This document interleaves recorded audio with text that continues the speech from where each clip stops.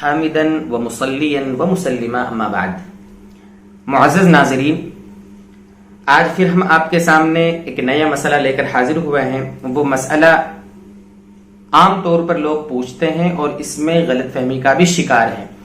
وہ مسئلہ یہ ہے کہ کیا موبائل سے کوئی دینی پیغام ڈیلیٹ کرنا، جیسے قرآنی آیت ہو یا کوئی حدیث مبارک ہو یا اللہ کے نام کا کوئی میسج ہو یا نبی اکرم صلی اللہ علیہ وسلم کے نام کا کوئی میسج ہو، کوئی دعا ہو یا کوئی حدیث ہو، جو بھی ہو، تو کیا اپنے موبائل سے اس کو ڈیلیٹ کرنا جائز ہے؟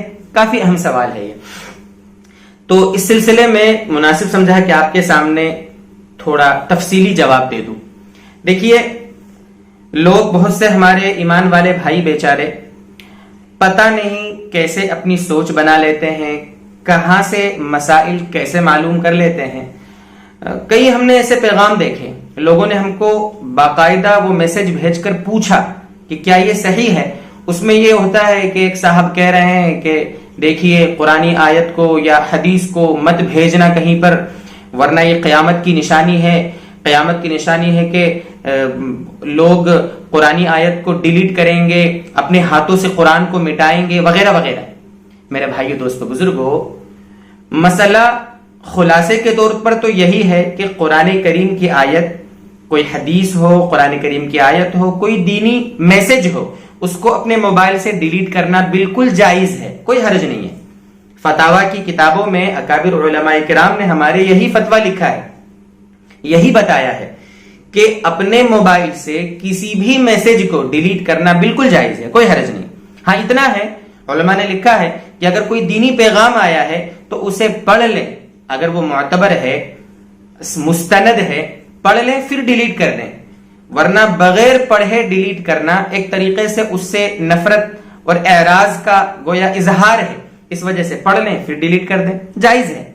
آپ کے موبائل میں مان لو قرآن کریم انسٹال ہے، آپ پڑھتے ہیں، جیسا کہ ہم نے اس پر بھی اپنا ویڈیو بنایا ہے کہ کیا موبائل پہ قرآن پڑھنا جائز ہے. آپ ڈسکرپشن میں اس کی لنک دیکھ سکتے ہیں، آپ اس ویڈیو کو دیکھ سکتے ہیں.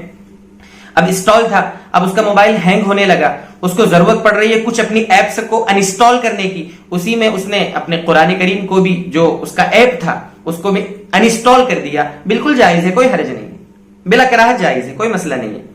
اس لیے کوئی بھی بات ایسی آئے نا تو پہلے علماء سے اس کی تحقیق کریں. معتبر ہمارے علماء موجود ہیں، مفتیان کرام موجود ہیں، ان سے مسئلے کی ڈسکس کریں. دراصل لوگ غلط فہمی کا شکار ہیں. حدیث میں اگرچہ یہ ہے کہ قیامت سے پہلے قرآن کریم کو اٹھا لیا جائے گا، علم دین کو اٹھا لیا جائے گا، تو اس کا مطلب یہ نہیں ہے کہ وہ میسج کو ڈیلیٹ کرنا یہ وہ قیامت کی علامت ہے. نہیں، قرآن کریم اٹھا لیا جائے گا، علم دین اٹھا لیا جائے گا، علماء کو اٹھا لیا جائے گا، علماء کو اللہ تبارک و تعالی وفات دے دیں گے. یہی علم دین کے اٹھائے جانے کی بات ہے. تو وہ الگ مسئلہ ہے. اور موبائل سے قرآن کریم کے آیتوں کو، احادیث کو ڈیلیٹ کرنے کا الگ مسئلہ ہے.